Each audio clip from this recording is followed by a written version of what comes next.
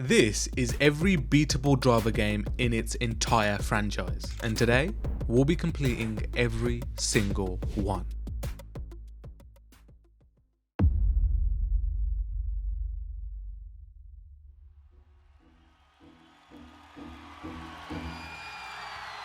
If you are what you say you are, a superstar, then have no fear. The camera's here and the microphones and they Ray Davies, a small-time wheelman, was racing one night and gets into the view of the police. Oh, man, I was just testing the buttons. Forced to escape them, he meets up with Slink at Elmo's bar. But this was no ordinary meetup. Ray was introduced to Chen Chi and gains knowledge of the fact that she is the daughter of Zhao, the biggest triad boss in the city. Ray, if he wanted to date Zhao's daughter, had to prove himself to Zhao if he wanted that opportunity.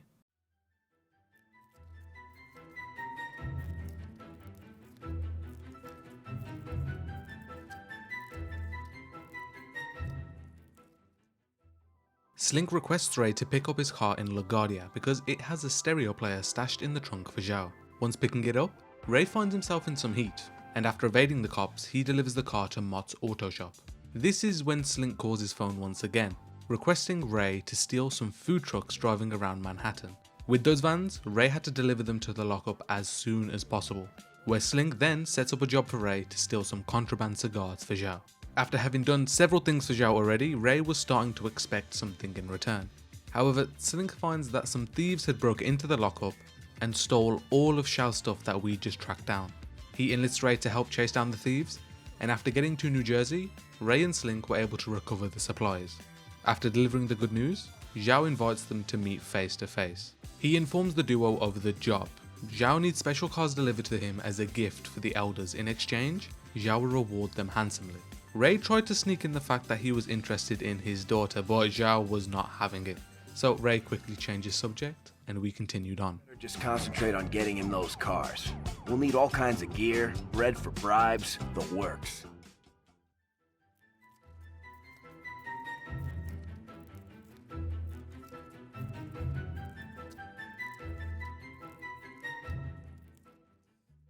The first of those cars that we needed to get was located in the International Auto showroom. In the process of stealing the car, we lose the police and make our way to Arnie's Autos. The next car was owned by a VIP at a local hotel. Ray drives over and bypasses the guards to steal the GBI 12. Hey, he's stealing the car! Driving over to Slink's lockup and losing the bodyguards along the way. Car after car after car, Zhao's appetite for cars was insatiable, all until he found the final car for Zhao's collection, a V8 drop top owned by a very wealthy man in Edgewater. Slink advises Ray to guide his suspicion over the car as wanting to do a test drive, and in the process, stole it from the owner. When Ray and Slink came through on their side of the deal, they requested Zhao to pay up what they were due. However, Zhao refused to pay, and they find out that Jimmy Yip, the ex of Chen Chi, works for Zhao and is close friends with a nearby nightclub who says Ray and Slink aren't welcome anymore. What's worse is that they encountered some bad news leading to some debts which needed to be paid as well. It felt like they had hit rock bottom.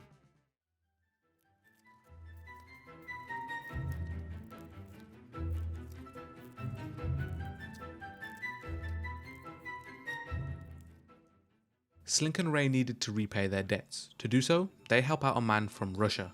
Ray goes to the Russian's cousin, losing the heat and taking him to a plane at the airport to escape the cops. But they were only a fraction of the way to paying off their debts. Another job led them to being getaway drivers for one of Slink's associates. Ray goes to the bank, gets the getaway car and gets the robbers to safety. They were now finding their way and had hope of digging themselves out of this hole. They only needed 2 more jobs to repay their debts. One was a pretty easy motorcycle race. However, the second consisted of a buyer who was offering to give Ray all the cash he needed in exchange for a donor heart that was being transported by the New York City police. Ray intercepts the ambulance, drives it down to Slink in Chinatown, and quickly transports the heart to the buyers in Coney Island before the ice melts. With their debts done, they had some extra cash, and with it, they hit cocaine shipments heading to the nightclub Romerio banned Ray and Slink from. With the plan in mind, they hit up the Thompsons, a Bonnie and Clyde duo who were perfect for this job.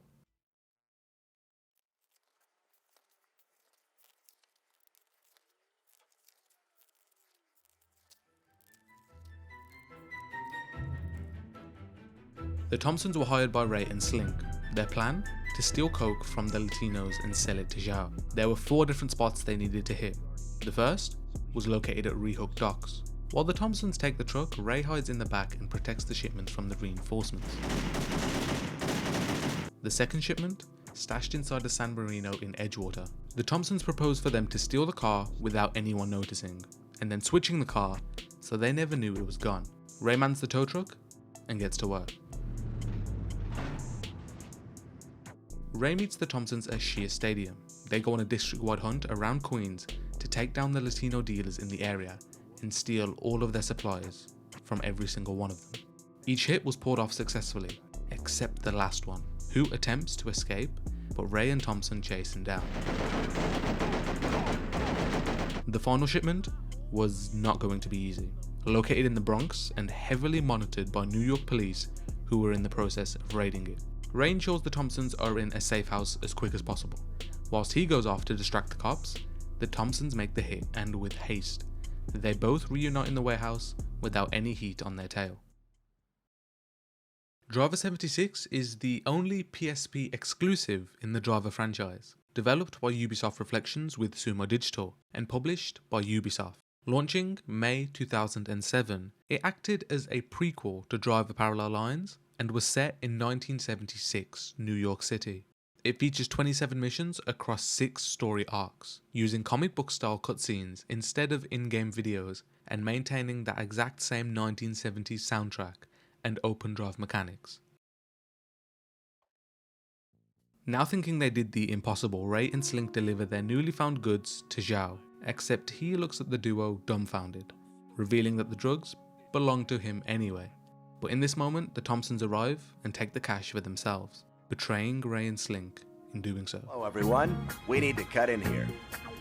Hey, it's the cavalry. Sorry, folks, no winners today. We'll take the Coke, Ray, and the cash, Mr. Zhao. Thank you, boys. It's been fun. The duo went to Elmo's bar to figure out what to do next. In conversing, they were paid a visit by Isaiah. Now, Isaiah possessed some bearer bonds in which Ray and Slink used a while back for some extra cash, except they never got the chance to return it. Instead, they said the Latinos took their money and asked if Isaiah could help them out. Isaiah agrees, but with a few conditions.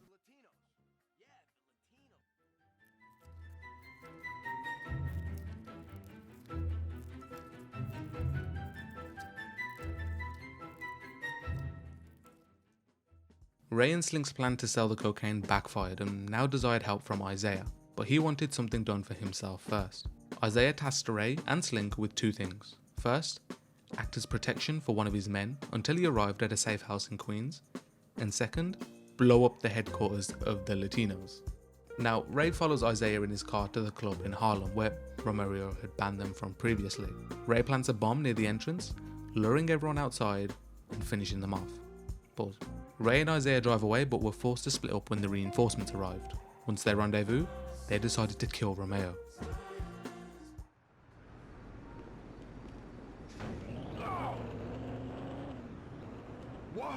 Ray and Isaiah get into a limo and drive to Romero's mansion under the guise of businessmen.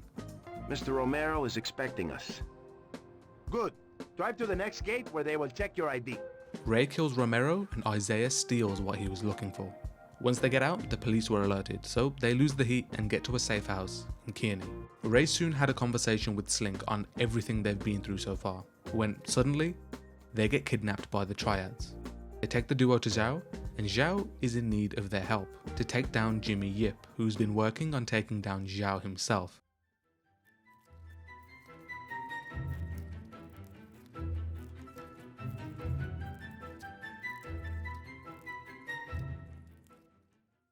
For Zhao to take down Jimmy, we needed to knock down his operations one by one. Slink devises a plan to lure Jimmy's henchmen into a police ambush. Ray leads them into an underground parking lot at a police station and quickly leaves before things escalate. Slink also finds out that Jimmy has supermarkets located around Harlem. Ray trashes them whilst being careful to avoid his henchmen. And now, Zhao informs Ray that Jimmy procured a shipment of weapons in New Jersey, and he wanted that shipment stolen. With Jimmy's empire having taken a big hit, Jimmy rigs Slink's car with a bomb and leaves it outside of Elmo's bar. Ray, having been given knowledge of this, steals a tow truck to deliver the car to Jimmy's mansion.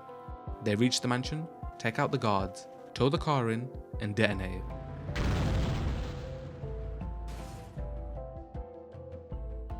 Upon returning, Zhao clears their debts and blesses Ray's relationship with his daughter, Chen-Chi. However, Jimmy survived and kidnapped Chen-Chi. Ray and Slink get into a Raven and follow Jimmy. Jimmy arrives at a warehouse where Ray takes down all of his henchmen and Slink rescues Chen-Chi. Ray, now forced into a chase with Jimmy, gets into his car and shoots for the helicopter with his car.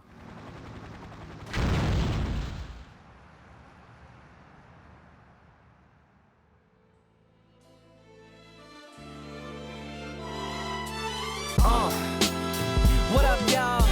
Yeah, soundtrack, what's poppin', baby? Woo! If y'all ain't know, I go by the name of Lupe Fiasco, representing that first and 15.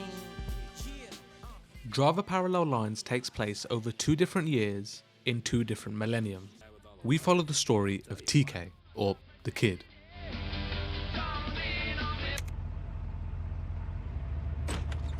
I was a wheelman, and I was the best. A newcomer from the countryside who moved to New York in 1978 to chase the American dream. Fucking move, kid! He works as a getaway driver, and our first mission involves losing the police through the Manhattan alleyways.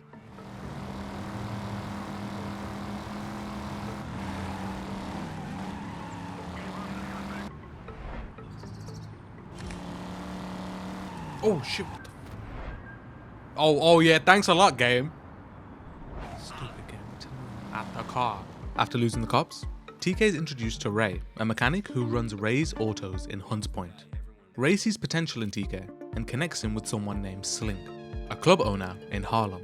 However, to earn Slink's trust, he has to prove himself over the course of the next couple missions. First, fixing Slink's car, which we then use to show these guys that TK can actually drive. But they weren't impressed just yet.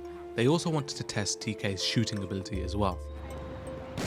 Kid, lock barrel, kid. Oh yeah. After spotting Ray some cash, TK got his first real job from Slink, to steal a car, make it hot, and set a rival of Slink's up to the police. What the fuck happened to my car, man? After a couple more low-key jobs, Slink deems TK to have proven himself, and as a reward, he's able to buy himself an apartment in the Upper East Side. And now, we're set on meeting new people.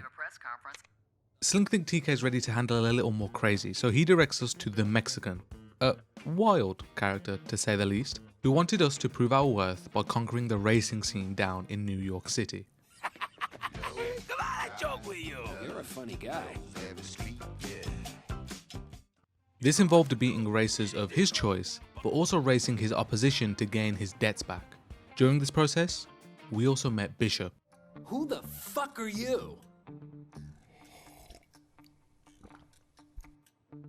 Who has a plan to free Candy, a mastermind who found himself locked up in Rikers Island. Wait, who is Corrigan? You know what happened to the kid who asked too many questions? No. Crisis. Another great night at the Yankee Stadium. Will they...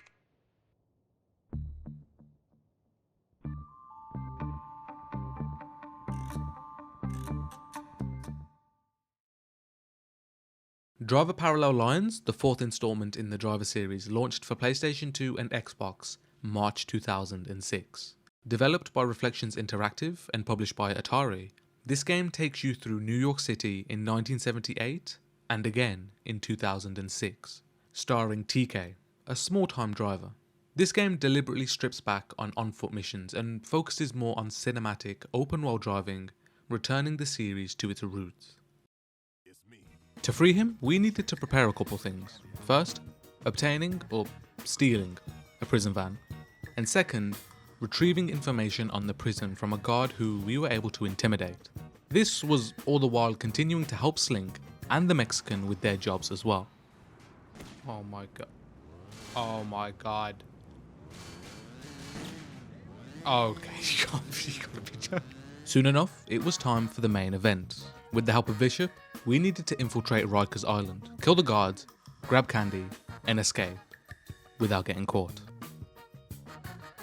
Working for the guys kept me busy, but a while after I busted Candy out, that took a back seat. Candy. The guy's mind was always turning over. You never knew what he was gonna come out with next. The commies are storing nukes in the subway service tunnels. Think about it, sweetheart. It makes sense, don't it? Candy was most definitely grateful for what we did for him. He introduces TK to Corrigan, a head honcho around here, who was initially a double agent that ended up turning corrupt. What he wanted from TK was for him to aid in their plan to kidnap Rafael Martinez. He's in New York, and he's already making it happen. But he's about to get kicked all the way back to where he came from. And know who's gonna do it? We are. This involved TK to get his hands dirty with a couple things first. Number 1, rigging one of Martinez's escort's cars with a bomb. And 2, setting up the collapse of a bridge to reroute Martinez's convoy on the day of the kidnapping. This would divert Martinez's bodyguards away and trap Rafael in the process. A risky plan, but in execution, it worked perfectly. TK was able to steal the car with Martinez in and drive him to a warehouse in Hunts Point. But once getting to the drop-off point, something wasn't right. Corrigan and his gang kills Martinez. Shit.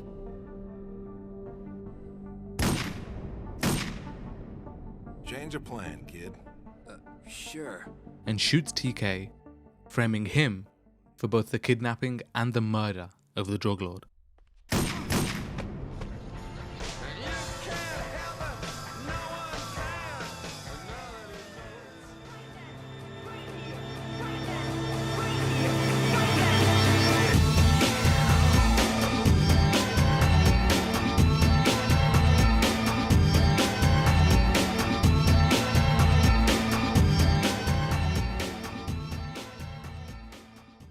This is John Tanner, an ex-racer turned NYPD detective, and he is sent undercover to Miami to infiltrate organised crime. However, first, he must prove his driving prowess in a parking garage to earn the trust of the local criminals.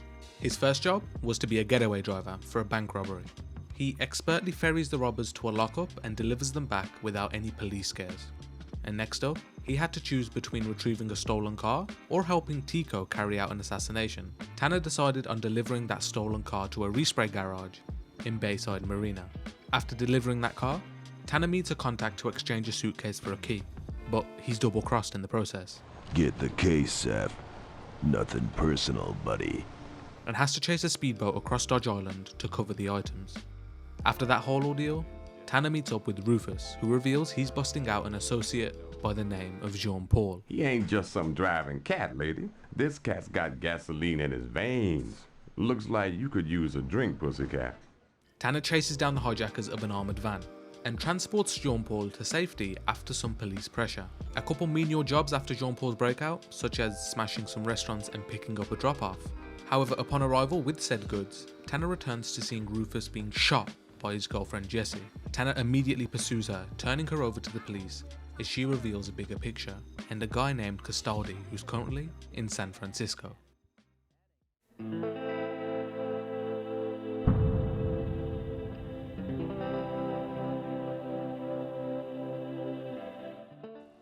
Tanner begins his time in San Francisco with a casino job for a bunch of gangsters. He reached the casino and then returned to the warehouse in South Downtown. After said job, Tanner meets an informant known as Mojo, providing information on who Jean-Paul really was, and a man named Rudy. From here, Tanner passes a test set up for his driving skills and picks up a shipment of stolen guns from the Fisherman's Wharf, delivering them to Castaldi. Next up, Tanner aids a gangster in scaring a former associate. Tanner disguises himself as a taxi driver and proceeds to indulge in some dangerous driving to intimidate the passenger. Once this is done, he takes a local gangster to a chopper, which is taking him out of town for him to lay low for a while. Once that was all said and done, Tanner received a phone call where he learns that Mojo, the informant, was kidnapped, and his captors want money. They make Tanner hustle to save Mojo and use telephone booths to exchange information during the process. After being saved, Mojo reveals that Custody was working with a man named Don Hancock, who was in the process for running for presidency.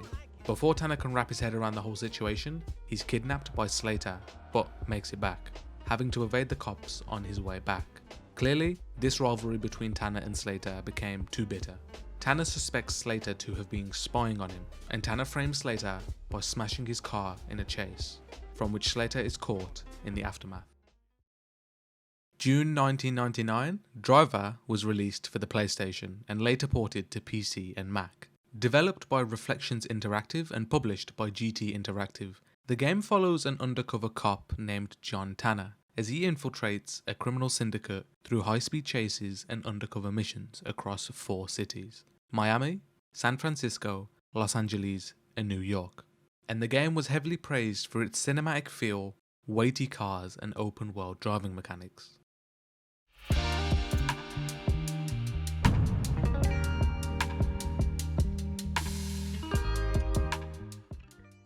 Tanner and Custody take their operations to Los Angeles, and the first thing Tanner does is steal a cop car for Custody's associates. Following this, Tanner chases a double-crossing associate of Custody's named Duval and drives him off the road during a chase. During this whole process, Tanner begins to learn the true intent of Custody's purpose for being down here in Los Angeles, which was to carry out the hits of an FBI agent, Bill Maddox. Tanner meets with Lek, a partner from New York, and alerts them of the assassination, in addition to a potential leak in the FBI giving Custody information. Tanner picks up the assassins from a parking garage before taking them to where the hit was going down. To Tanner's expectations, the cops spring out as an ambush to prevent the assassination, and Tanner then safely delivers the gangsters back to their safe house. However, the gangsters were now convinced that Tanner had to have tipped off the cops.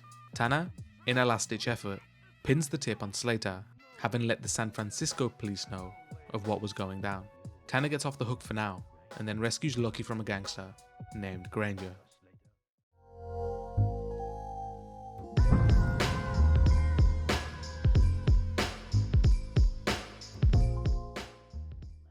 Tanner finds himself back in New York and begins by making a switch at Grand Central Station, a briefcase for a key. However, during it, he gets double-crossed by the exact person he made the switch with. Afterwards, Tanner takes control of a cop car and takes it to thwart a bank job by Granger's gang, raising suspicions about there being possible rats in the gang as well. After Lek tells Tanner that Mackenzie, his superior, wanted him out of the operation, Tanner didn't listen. Tanner ends up meeting with his associate from Los Angeles, who, once again, warns him that the boss wants him out. It's time to get out! Worried that his cover won't last any longer. However, Tanner, again, refuses to take the advice. Tanner receives a call for help, and Tanner bails the caller out of her situation, leading him to his final mission. Tanner learns that the hit is on the President of the United States. Tanner is forced to ignore all of Custody's instructions to take the President, and instead, with a grace of luck, takes the President to his parking garage to ensure his safety.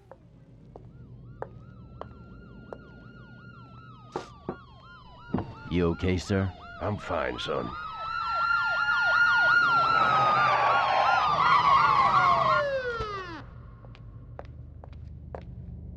We got him. Sir, you okay? Uh-huh. We got him. Tanner, Castaldi, Hancock, and Vaughn. We got them all.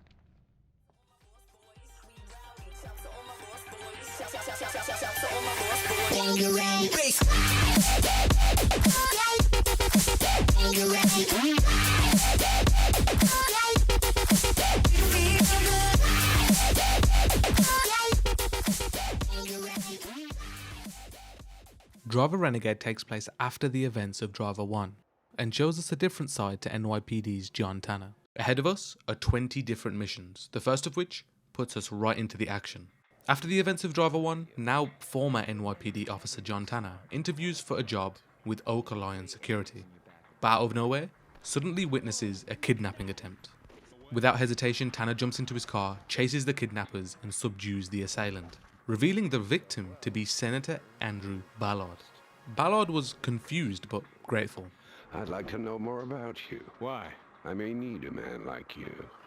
Where his chief of security Warren Nolan steps in Tanner's initiative impressed them both, leading to Tanner being offered to quietly dismantle the city's underworld crime scene with whatever help he needs to do so. This commenced an investigation to take down 5 different kingpins, and Tanner's first target was Jonah Ramsey. Tanner terrorizes an informant's pricey car to get him to reveal Ramsey's involvement in Ballard's kidnapping. Jonah Ramsey, he's behind it. Said to take Senator Ballard and put a bullet in his head. Tanner intercepts Ramsey at his warehouse and chases him all until Ramsey crashes and dies mid-pursuit.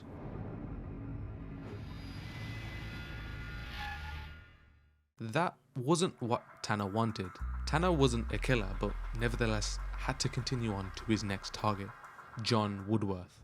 I'm gonna visit these massage parlors and cause some property damage. What the? Gee, sorry to interrupt. Did I spoil the mood? To attract his attention, Tanner crashes multiple illicit massage parlors and finds a wounded Megan Mooney in doing so. After a hospital rescue, she leads Tanner to Woodworth hiding in the Paradise Hotel. Hey, that's the new Sardicus Roadster. 0 to 100 in 6.2 secs. In the ensuing chase, Woodworth drives off an overpass and crashes with fatal consequences.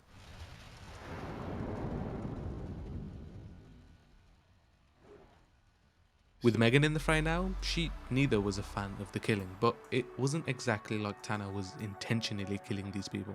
Regardless, it was now time for him to move on to his next target, Leonard Ashton.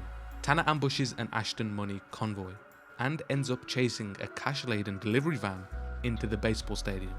In the process of doing so, Ashton crashes into the wall and dies.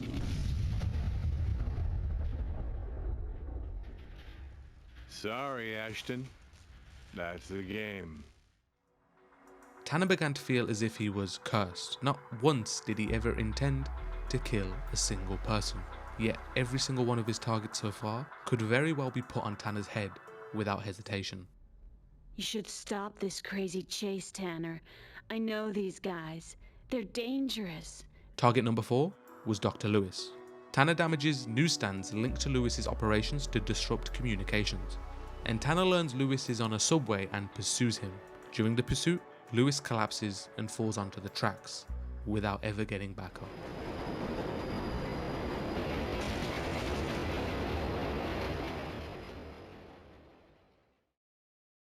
Driver Renegade is a Nintendo 3DS only spin-off in some sense, developed by VD Dev and published by Ubisoft, launching September 2011. Serving as a prequel between Driver and Driver 2, it puts you back in the shoes of John Tanner as an off-the-books vigilante cleaning up the crime scene in a stylized 1976 set New York. This game features over 20 comic book style story missions, a rage meter that boosts speed and damage, 50 unlockable cars, tuning garages, and over 100 additional challenge events, with local Street Pass support.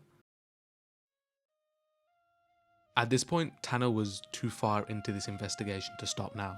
There was only one target remaining in which he needed to apprehend, except the final target was Lena Robbins, a high-ranking arms dealer. Tanner hunts down the convoy of armoured vehicles, to which the chase escalates. Tanner flips her tank and holds both Lena and her boyfriend at gunpoint. However, suddenly, as he was about to apprehend them and bring a target back alive, a sniper whose location was unknown kills Lena, leaving both the boyfriend and Tanner stranded in the open. Kevin, the boyfriend, reveals that Ballard was the real mastermind this whole time, and that now, Tanner will be the next target on his hit list. Lying bastard screwed everyone. Time to screw him back. What did he say? Captain Mackenzie of the NYPD labels Tanner a murderer, ordering a citywide manhunt after Lena's death, meaning now, Tanner was wanted by the entire NYPD and presumed responsible for the violent deaths across town, including Lena's. Criminal suspect Tanner is headed to Manhattan, driving a red Nodachi Xena wheel. Suspect is considered armed and dangerous. Tanner reconnects with Megan Mooney and learns that Ballard orchestrated the hits, and she tells him of a recording tape capturing Ballard's involvement at the Parade Hotel that links him to the corruption. Tanner sets out on retrieving this tape to have evidence tying the senator directly to his criminal activities. and was successful in obtaining it, but whilst retrieving the tape, Nolan abducts Megan. After a high-speed chase, Megan sacrifices herself to save Tanner's life.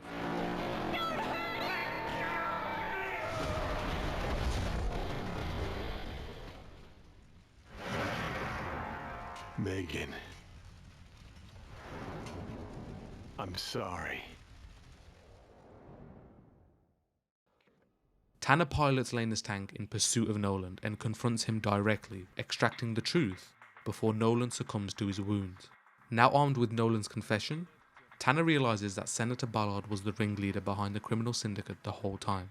Tanner tracks Ballard as he attempts to flee his mansion, cornering him and causing a dramatic car crash. End of the line, you son of a bitch. Looks like you're a victim of your own crime campaign.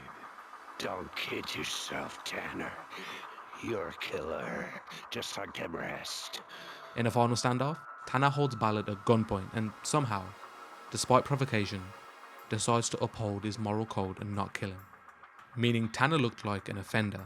Just as he was about to be sent to prison, Gordon Blunt, a former ally of Tanner's, interrupts and reveals that the FBI requires Tanner for a priority case in Chicago. Against Mackenzie's will, Tanner stays outside of her cell, accepting the FBI assignment, and leaves New York to continue his story down in Chicago.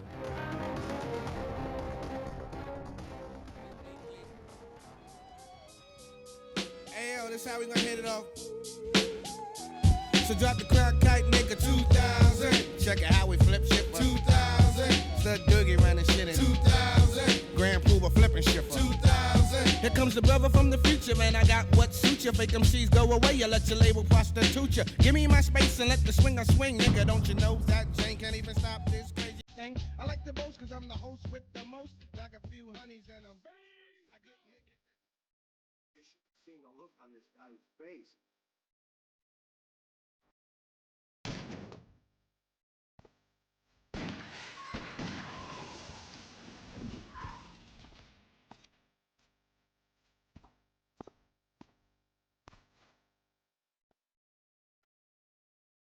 Tanner, having made his way from New York City to now being in Chicago, links up with his partner Tobias Jones and identifies a man at a morgue. That man was the same one killed in the bar we just saw. Tobias informs Tanner on his discovery of an eyewitness and waits on Tanner to get there. Without hesitation, Tanner jumps into his car and heads over there. After getting into Jones's car, Tanner and Jones follow the witness across town until he reached the monorail station, where the witness clearly was trying to escape something or someone. With no other option, the boys follow the train in their car, being meticulous with their pathing, and Tanner gets there just in time to find himself at the station before the train arrives, getting to the witness before he realised. Next up, Tanner is tailing a car across town to the customs yard. He takes a turn into a small driveway leading into a warehouse. Tanner and Jones take a look at what was so important, all before they get tailed by the police, and Tanner escapes to his apartment, losing the police in the process. Tanner receives an unpleasant surprise from Jericho intruding in his apartment. Tanner quickly chases him down the fire escape and continues the chase in a car. Jericho leads Tanner to a compound where now Tanner was stuck and had to find himself a way out before it was too late. I'm Solomon Kane. You'll wish you never met me. I hear you're asking around, looking for someone. Lenny doesn't concern you. I want to know what you found before I kill you. After escaping, it's safe to say the Brazilians were angry. Tanner couldn't afford to stay in Chicago any longer, so he takes the first ticket down to Havana. But if we don't find his sorry ass, Kane and Vasquez are gonna square up, and Chicago streets are gonna run blood red. So what's your next play, Tanner?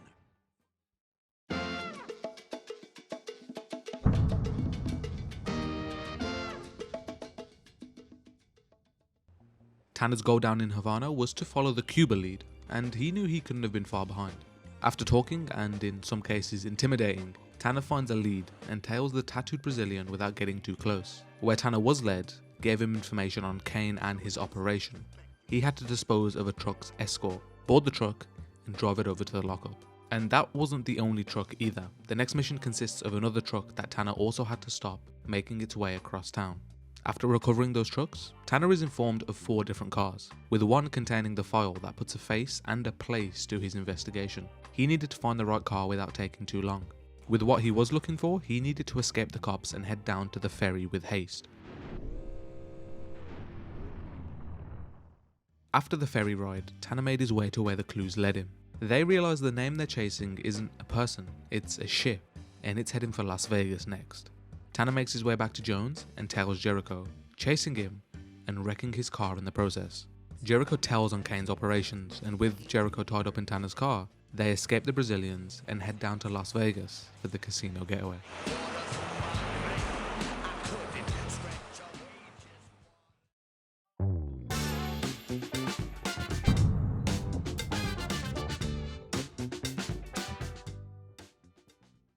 Tanner and Jones find themselves in a position where they're now working for Kane. After tracking him so well, I guess he was impressed. They also had some leverage in the form of Jericho. We get to the casino, pick up his people, and get them to a safe house with haste. Kane tasked Tanner with saving one of his men who was dumped in the trunk of a car. Tanner needed to keep his foot full throttle the whole time, change to the car, and get out of there.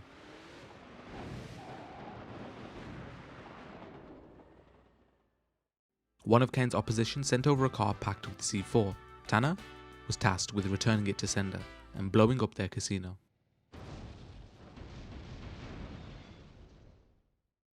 He found the nearest car and got back to the safe house.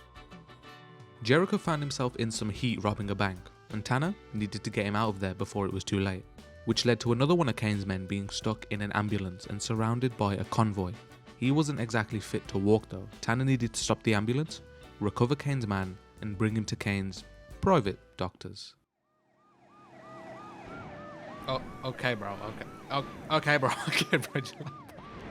Oh my God. Driver 2, the direct sequel to Driver, was developed by Reflections Interactive and published by Infogrames. It was released on PlayStation November 2000 and added the ability for John Tanner to exit his vehicles and commandeer others during undercover missions across 4 sprawling cities: Chicago, Havana, Las Vegas, and Rio de Janeiro. A handheld port for the game also followed in late 2002.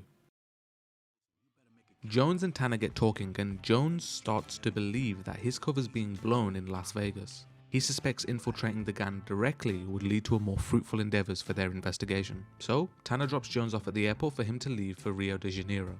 With Tanner still in Las Vegas, he continues Kane's work, first stealing some keys of a gang member, and next using those keys to set up a deal for Tanner to receive some C4 in exchange for them. With the C4, Tanner heads over to the rival gang's yard out in Vegas, using the keys to get in and planting the C4 on the tankers, getting out of there and destroying their base all before nightfall.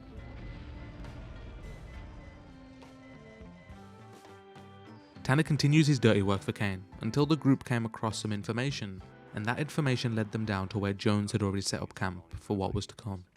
You better not be wasting my time. He's here. They keep bumping him around town. Vasquez has watched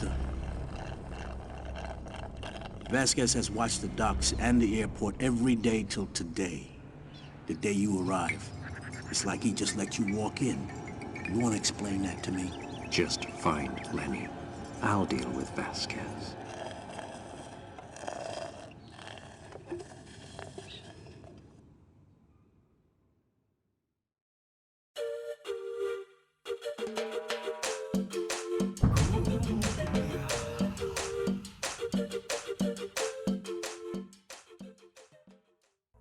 Down in Rio, the group gets word of a fleet of cars from a rival gang.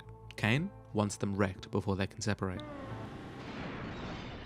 Kane also figures out they're moving their cash and expects a limo to collect from their mansion. Tanner is tasked with replacing the limo driver, showing up at the right place, and collecting the cash for themselves.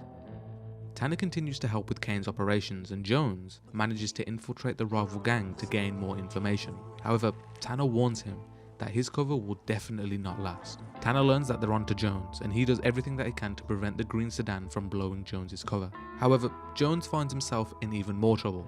If Tanner doesn't get there quick, Jones is as good as gone. During the rescue of Jones, Tanner learns that Lenny is planning to leave Rio by helicopter. So, after rescuing Jones, Tanner is forced by Kane to pick up Jericho before going to stop Lenny. Tanner and Jericho shoot down Lenny's helicopter before Tanner reveals his true identity to Jericho. Time to break up the party, Jericho. You're pointing that at me. Put the sawn-offs down. Bad mistake. Put them down.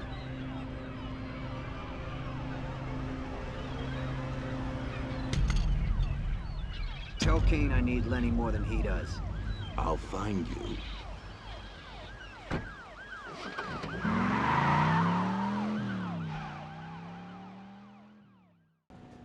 And pursues Lenny alone, arresting him and bringing him back to Chicago. However, that wasn't the last we were going to hear from Kane and Jericho.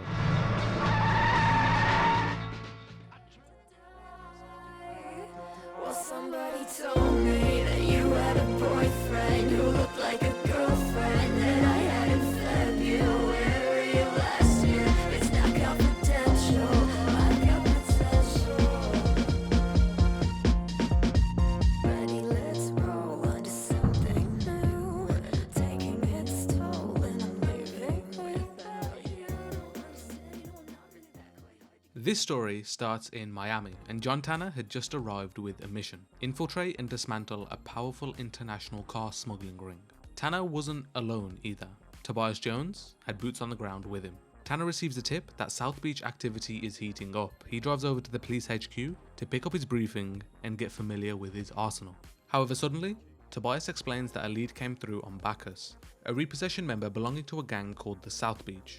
Tanner enters a police car and follows the others to Bacchus' place. Tanner and Miami PD raid Bacchus' hideout after he kills a hostage. Tanner joins the shootout, then chases Bacchus through the city. After a crash, Bacchus flees on foot but is cornered in an alley and shot by Tanner. Known driver for South Beach, the most notorious repo gang in Miami. Bacchus reveals the stolen V8 is at the Gold Coast Hotel, but when he reaches for the keys, Tanner mistakenly shoots him, thinking he was drawing a weapon. That night, Tanner meets Jones, who warns him about having killed Bacchus. How many times you gotta shoot someone? We had suits flying in from all over wanting time with Bacchus. Look, Tico's okay, that's a regular crew. But South Beach and Kalita, that's different.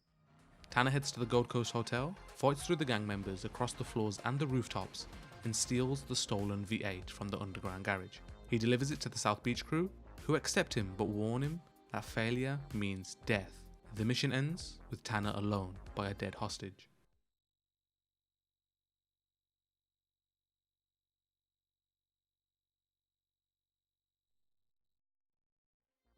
Tanner then gets a call from Lamar's to meet downtown. Lamar's tests Tanner's driving by having him wreck Tico's property. You never pick up calls or something? Man, what's up with you, big dog? You stuck? Look, I got you, bro. Don't even worry. here belong to Oh shit. Damn, my bad, bro. You good, man? Impressed, Lamar's takes Tanner to the Red River bar and orders him to shoot it up. After the cops arrive, they escape, and Lamar's confirms Tanner is now a part of the South Beach gang. Next job is to take on the Gator. You ever heard of the Gator? In the quiet of Tanner's home, he and Jones look over the plans to take down the Gator, a repo gang leader who crossed Kalita, a leader of the South Beach gang. Tanner secures C4 explosives from Stittsville, then fights through the Gator's heavily guarded yacht to plant them. As he escapes by speedboat, the yacht erupts in a fiery blast, striking a serious blow to Gator's empire. 2 days later, Tanner finds himself trapped in a parking lot. With the police on his tail, Tanner is forced to have to escape the narrow mall in his car, squeezing through the cops and ditching the car afterwards.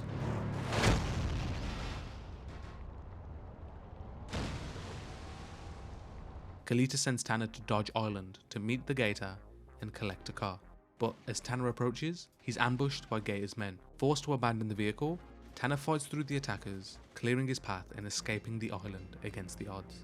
Once getting off the island, Tanner is chasing Gator's car, and once his car was out of commission, Tanner made his way through the warehouse, protecting Lamar's in the process. Gator escapes on boat, and so Tanner is forced to pursue him on water. We reach some shacks, and Gator reaches his final destination.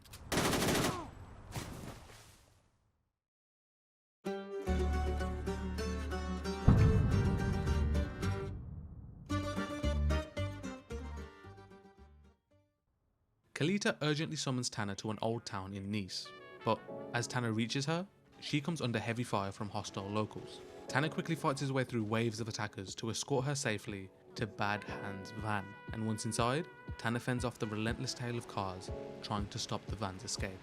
After that whole ordeal, Tanner is tasked with stealing 3 cars and driving each into a moving truck before it escapes the sea. With time running fast and precision being key, he races between the locations, threading each car onto the speeding transporter.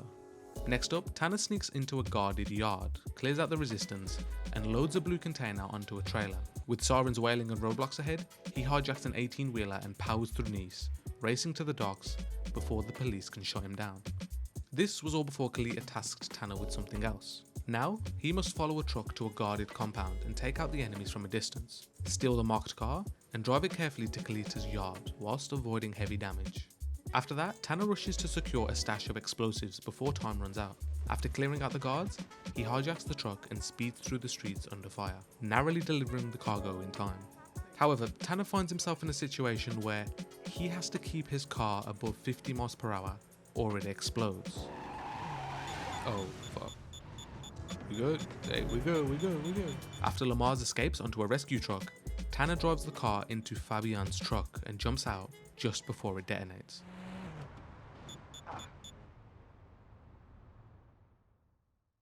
Kalita finds herself in some trouble and Tanner needs to act with both care and haste. He has 2 options, either take out the reinforcement truck or get to Kalita before it does and eliminate the guards, getting her to a safer vantage point.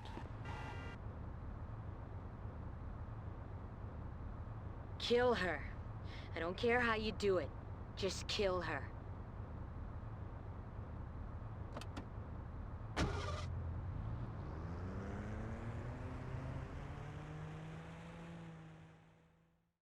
Driver 3, the third mainline entry into the Driver series, was developed by Reflections Interactive and published by Atari. PlayStation 2 and Xbox versions launched June 2004, with a Windows port arriving March 2005. This game was set across Miami, Nice, and Istanbul. The game expanded on its predecessors by introducing on-foot missions, firearms, motorcycles, boats, ladder climbing, everything that made Driver 3 bespoke. Tanner makes contact with Interpol agents who insisted on arresting the cartel. However, one of them were captured by the cartel and Tanner rushes to rescue him. Tanner drives to the restaurant, quietly taking out the guards inside and then jumping in his car to chase after them.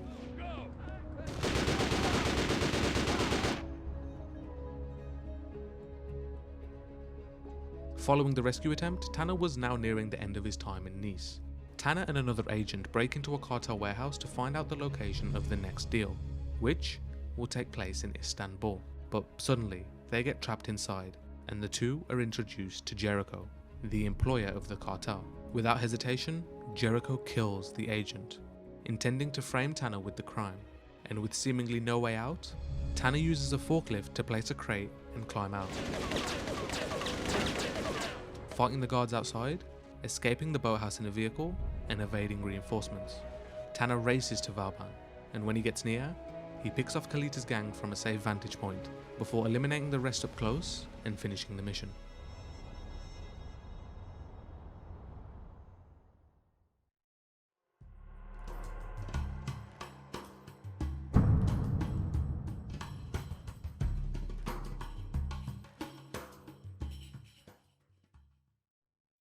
Tanner made his way to Istanbul and follows Jericho's car through the streets, balancing his distance carefully to avoid detection. He tells Jericho to a meeting with the bagman, the middleman arranging the stolen car's sale to Russian criminals. Once Jericho vanishes inside, Tanner sneaks into a nearby construction site. He silently takes down guards until the alert sounds, when he books it through the site and reaches the hotel safely. After that, Tanner defends a police truck using a grenade launcher and a submachine gun to hold off henchmen whilst the vehicle pushes forward. Eventually, the truck hit a dead end, forcing Tanner and Jones onto a boat. They navigate the coast back to land, hijack a car, and race back to their hotel. A high-speed chase takes Tanner into a crowded Istanbul marketplace. Moving carefully, he quietly neutralizes enemies, and after clearing the danger, he locates and captures the Gator, the supposed assassination victim who survived, and offers intel in exchange for safety. Tanner pursues the bagman through the narrow streets and alleyways of Istanbul. The chase ends in a trap, forcing Tanner to clear the hostile guards inside the building. After clearing the way through multiple floors, he escapes in a car and heads towards the bridge and coast. After reuniting with Jones and rescuing the gator, Tanner learns he's accused of murder by Valban, who believes Tanner killed the agent back in Nice. Despite looming internal affairs scrutiny, Tanner and Jones go rogue and track down Lamar's, who reveals that Kalita and the bagman are about to meet to exchange money for the stolen cars. Tanner and Jones monitor the meeting, but Kalita aborts it. Jones pursues the bagman, but is ambushed. Meanwhile, Tanner chases Kalita and captures her.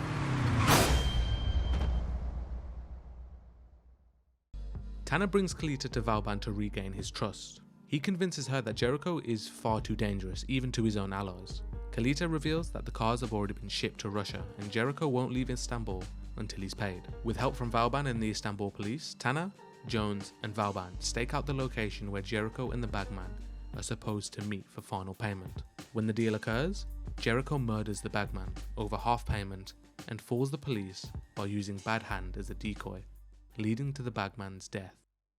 Tanner learns Jericho will likely flee by train. We race alongside the speeding train, cutting in front of it to get to the bridge ahead of Jericho, intercepting him at the drop-off point. Allied with Jones and Valban, Tanner fights through Jericho's henchmen, all until Tanner and Jericho find themselves standing off in a narrow alley.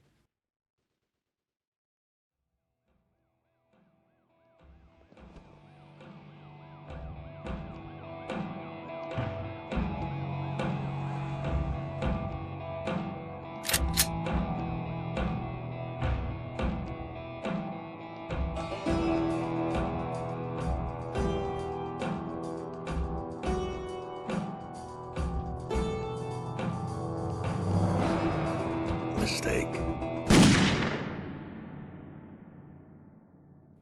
Spread it across the country. Here we go back.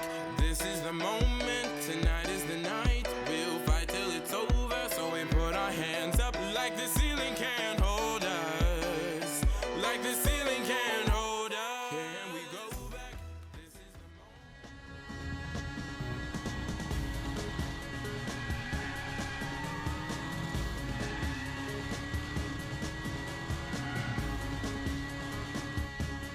John Tanner, coupled with his FBI partner Jones, chase Jericho, recent prison escapee, who hijacked a prison van, and leads the FBI agents on a high-speed chase. During it, Tanner finds himself unable to control the variables, leading to a near-fatal car crash.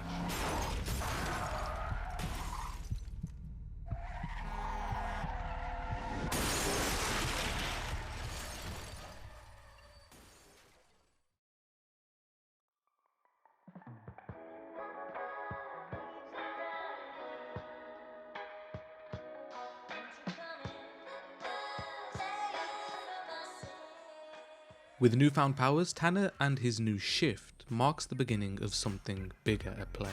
During every chapter, there's two main missions which Tanner and his partner depart on to progress on their mission to take down Jericho. The first one involved Tanner getting used to his powers and demonstrating them by foreseeing and replicating reckless encounters to Jones. At first, it was nearly unbelievable from Jones's perspective, but with the efforts of Tanner, he slowly gets Jones to begin to believe. Just pull over so I can break your neck. With Jones on board, and newfound abilities better understood, Tanner rescues a kidnapped victim and begins to construct his mystery board on Jericho, tracking every link he finds that may be linked to him in any way possible.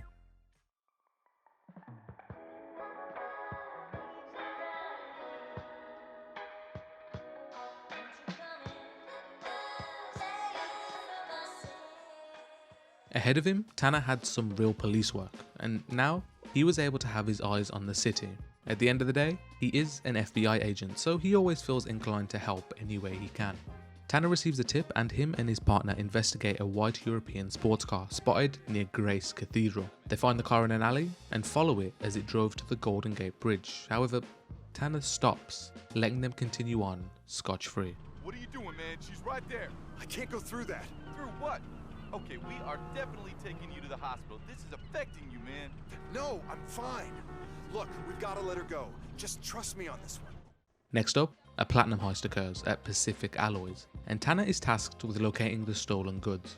Tanner shifts into a helicopter to scan for a red SUV carrying stolen platinum. Once located, he switches to the SUV and delivers it via a semi-truck to a police impound, evading Jericho's henchmen along the way as well. Bit by bit, Tanner finds himself deeper and deeper into the involvement in this investigation, and begins to identify more people potentially linked to taking down Jericho.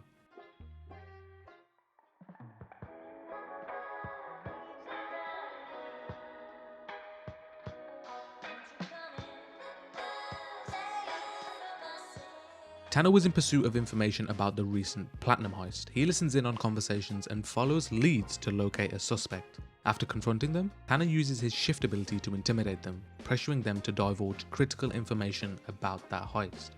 Following that instance, Tanner is tasked with preventing the hijacking of an ammonia tanker. He races against time to intercept the hijackers and stop the tankers, upholding the safety of everyone involved.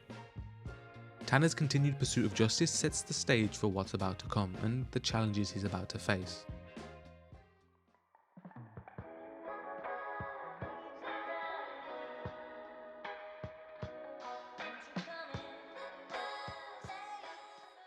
Tanner is tasked with tailing Krug, one of Jericho's associates, to gather intelligence on his investigations. We needed to maintain a safe distance to avoid detection and successfully recorded Krug's discussions. You said I had a minute. Goodbye, Carl.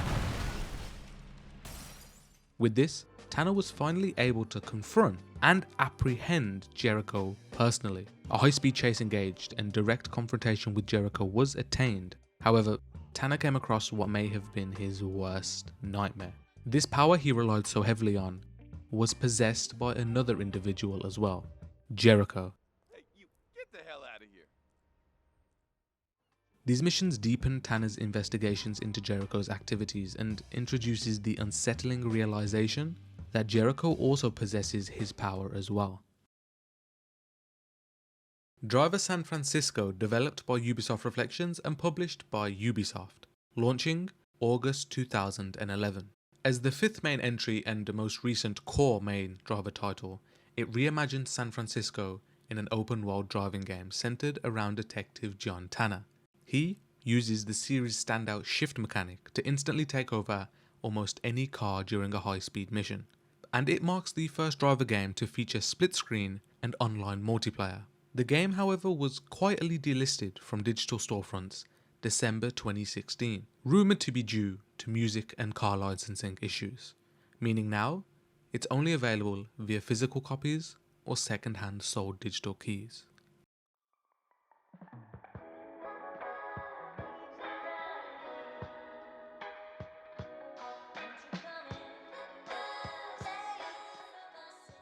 With Tanner having knowledge of Jericho's abilities, he was up against the clock. He needed anything, and fast.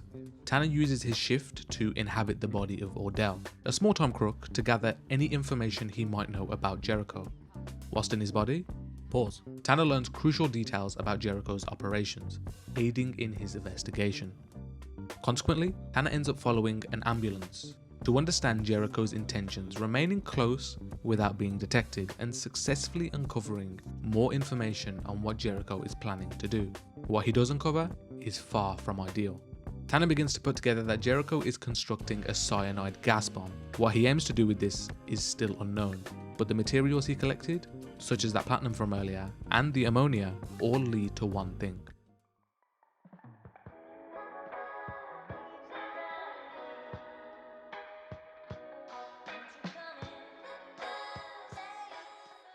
Inhabiting Ordell's body once again, Tanner, or Ordell, is tasked with completing a significant assignment for Jericho's gang. Following the instructions provided leads Ordell to a series of events orchestrated by Jericho himself. This quickly moves on to Tanner being informed that Ordell is on the move, indicating new orders from Jericho taking place. Tanner sets up a police ambush and shifts in between Ordell's body to gather information about Jericho. Upon reaching the target's location, Tanner realizes that he himself is the target they're tracking down. This revelation leads to a confrontation where Tanner must navigate the situation and survive to continue on. Your partner up there is about to get a nasty surprise, Detective. What the hell's going on? Just hang on tight.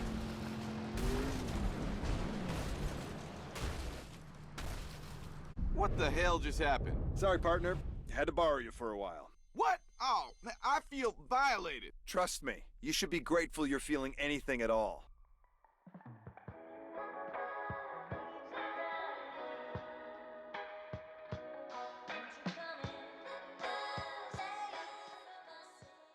Tanner is forced to have to hunt down Leela Sharon, an assassin working for Jericho.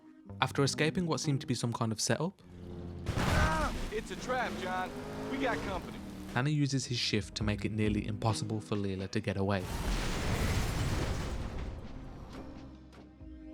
Tanner successfully subdues her, bringing her down and leaving one final target remaining.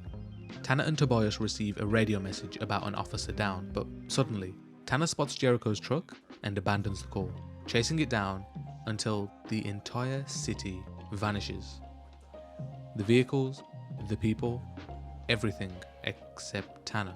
In the empty streets, Tanner follows a maze-like path, roads marked by crows, all until black trucks driven by multiple versions of Jericho appear out of nowhere. With them pursuing Tanner aggressively, he's forced to evade them and navigate towards something. That something was an alleyway, the same one from the very beginning of the game, and wakes up to a reality he's found himself in before. In this moment, he realizes that this entire chase for Jericho occurred within his coma dream.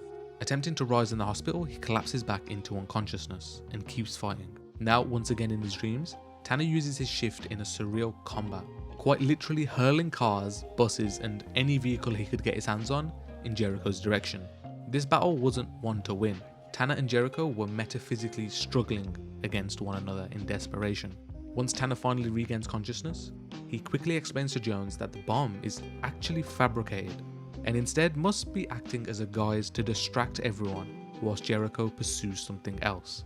Tanner chases Jericho through the shrouded streets, cornering Jericho and preparing for a final face-off.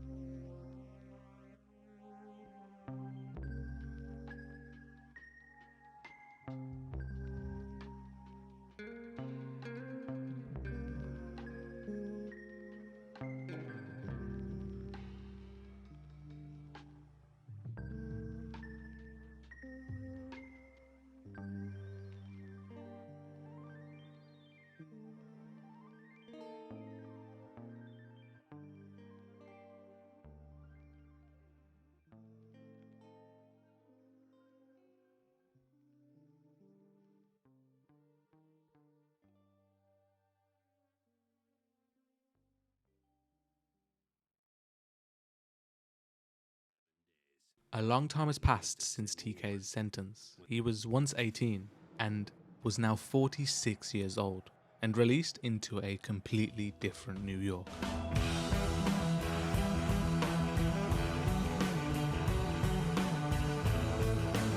Slink was selling girls, just they were younger and cost more.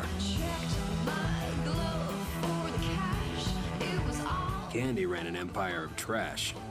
Bishop was flying high dealing heroin. Corrigan was now chief of police, king of the shit heap. Only the Mexican had fucked up. I decided a while back I was going to kill him first.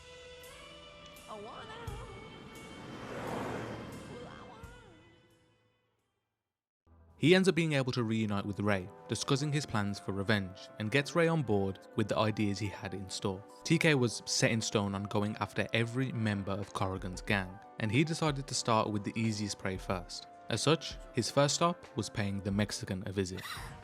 There ain't no money here. I didn't come for money. Shit, man. I don't know you. You just don't remember me.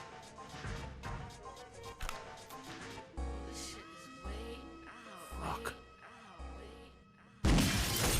Despite trying to escape into a theme park, TK hammers through his henchmen and decides to send a heartwarming message to Corrigan, with the body the Mexican left behind.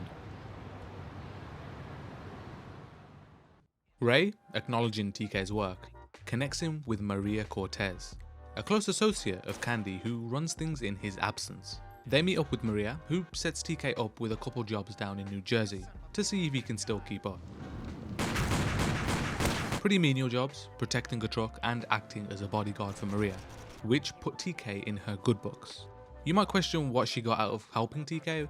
That is until it's revealed that she's the daughter of Raphael, the drug lord that TK got set up for. With their combined efforts, they take down Slink next.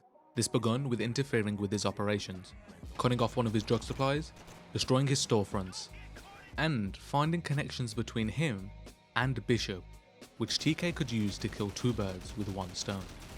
After hitting one of Bishop's shipments, TK goes down to meet Slink at the Funky Rabbit. Shocked by the fact TK is still alive, Motherfucker! He, in that moment, makes the connection to his operations being sabotaged and them having been done by TK. Despite the efforts of his bodyguards, TK chases down Slink and kills him. Soon followed by a call from Bishop himself. Bishop suggests TK to come down to his mansion and face him one-on-one, except he came prepared. Like my new toy, let's end this. You should have left and never come back. TK, somehow, came out of that encounter the victor, killing Bishop and leaving his property for good. Two targets remained, Candy and Corrigan himself. TK receives information that Candy was to move back to New York and set up a movers company. He meets with Candy face to face and exchanges words about the past and Maria's involvement. Candy decides to set Maria up, with plans to kill her. Maria, my dear, be an angel and meet me in the office, huh? 1 hour. Don't be late now. TK intervened, getting drugged in the process, but still able to chase Candy down and kill him before he got to Maria.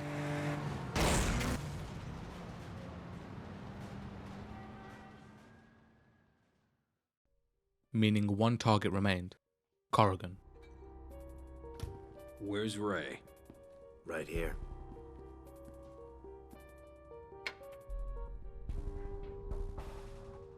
All 4 dead. I gotta thank you for clearing up some loose ends. I thought that fucking kidnap was never gonna go away. I was the only one who thought it was a fucking kidnap. You knew all along you were gonna kill him. Did Ray tell you I had an eye on running for mayor? Because I should really thank both of you. You couldn't have done it without his help. Wake up. He gambles. He was broke. Just like 78 all over again. Ray's always broke. He'll sell anyone for a few $1,000. That right, Ray? Hey, you know me. I'm no fucking angel. Now's the time to find out.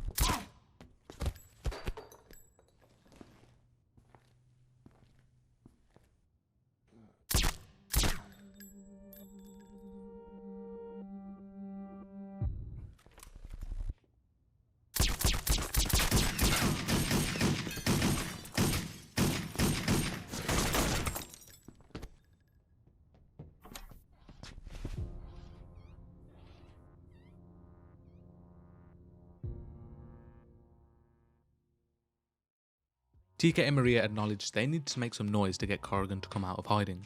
TK decided to take a police car with Candy inside and C4 in the cockpit into a police station, parking it where Corrigan usually parks, planting a bomb in his office and getting out of there before it all went up in flames. Corrigan still wasn't budging, however. They had to think bigger. This time TK steals a limo belonging to Corrigan and, with Slink inside, drives it to Corrigan's mansion in Englewood, killing all the guards and making his escape. During this time, Maria was able to find where Corrigan was hiding this entire time, a dilapidated safe house in New Jersey. After fighting through the henchmen, he makes an escape out the back. Get out of there, TK! We've been had! Get out! Get out now! Forcing us having to work our way through trained hitmen and the police just to catch up with him outside. Once we find ourselves a car, it turns into a high-speed chase. Corrigan in the helicopter and TK on the ground. Getting past every possible close call we could have found ourselves in, we catch up with Corrigan, but TK doesn't exactly get to enact revenge in the way he may have wanted to. You're gonna have to kill her. She wants us both dead. Open your eyes. We can do a deal here. Don't do it. Shoot her! If you want him to suffer, give him to me. Shoot me! Isn't that what you want?